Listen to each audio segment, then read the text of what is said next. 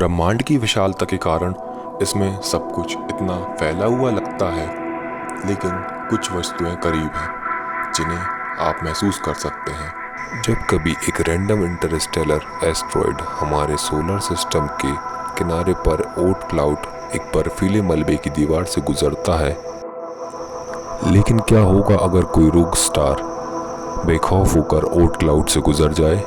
कितना बुरा होगा अगर ये सवारी के लिए दूसरे प्लैनेट्स को भी साथ ले आए? क्या होगा अगर कोई दूसरा स्टार हमारे सोलर सिस्टम में एंटर करता है? एक रोग स्टार पहले ही हमारे सन की टेरिटरी में आ चुका है। एक डिम रेड डॉर्फ जिसका नाम शोल्स स्टार है, लगभग 7000 साल पहले ओट क्लाउड को पार कर चुका है। ये सूर्य से सिर्फ 0.8 लाइट ईयर्स की दूरी से निकला और फिर इसने विपरीत दिशा में एक मोड़ बनाया बिना किसी परेशानी के। अभी भी एक और रॉक स्टार हमारे डायरेक्शन में बढ़ रहा है, ग्लीजे 710। ग्लीजे 710 में लगभग 60% हमारे सूर्य का द्रव्यमान है और ये गैलेक्सी में 52,000 किलोमीटर प्रति घंटे की रफ्तार से घूम रहा। अगर किसी स्टार ने हमारे सोलर सिस्टम में उथल पुथल की तो उसका खतरा इस बात पर निर्भर करता है कि उसका आकार कितना बड़ा है और उसकी ट्रैजेक्टरी क्या है। जब शोल्स स्टार ओट क्लाउड से होकर गुजरा, ये 5 गुना पास आया प्रोक्सिमा सेंटोरी की तुलना में, जो कि हमारे सोलर सिस्टम का सबसे नज़दीक का तारा है।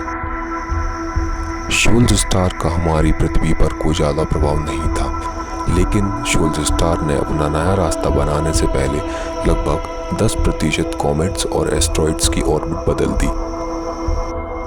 लेकिन ग्लीजे 710, जो कि वर्तमान में हमारी ओर अपना रास्ता बना रहा है, अभी ये निर्धारित नहीं है कि ग्लीजे 710 हमारे सोलर सिस्टम से कब पहला संपर्क करेगा, लेकिन जब भी ये हमारे संपर्क में आएगा, ये पृथ्वी को हिला देगा। पहले तो ये ओट क्लाउड के संपर्क में आएगा, तब तक ये हमें सीधा नुकसान नहीं पहुंचाएगा, लेकिन करीब 170 मीटियोर्स, कॉमेट्स और एस्ट्रॉइड्स पृथ्वी पर रोज गिरेंगे। ये वर्तमान से 10 गुना ज़्यादा है।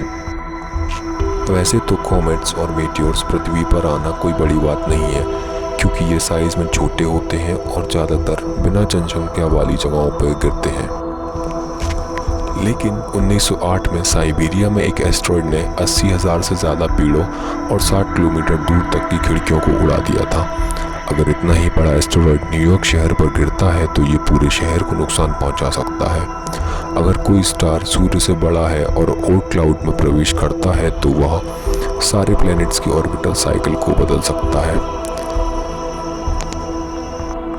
लेकिन हमारे सोलर सिस्टम में इतनी दूरी है कि ये सब होने के लिए 1 मिलियन साल लग सकते हैं, और अगर ऐसा होता है तो इसके कारण कुछ प्लैनेट्स भी आपस में टकरा सकते हैं, और इससे भी ज़्यादा बुरा हो सकता है कि इस रॉक स्टार के साथ कुछ और प्लैनेट्स भी हों जो इसके पीछे आ रहे हों, तो हमारा सोलर सिस्टम एक गैलेक्टिक सूप में बदल जाएगा जिसमें तारे और प्लैनेट्स खिंच जाएंगे।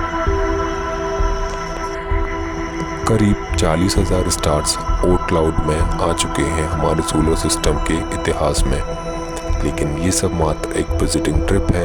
इनका ओट क्लाउड को पार करने की गुंजाइश शून्य के समान है।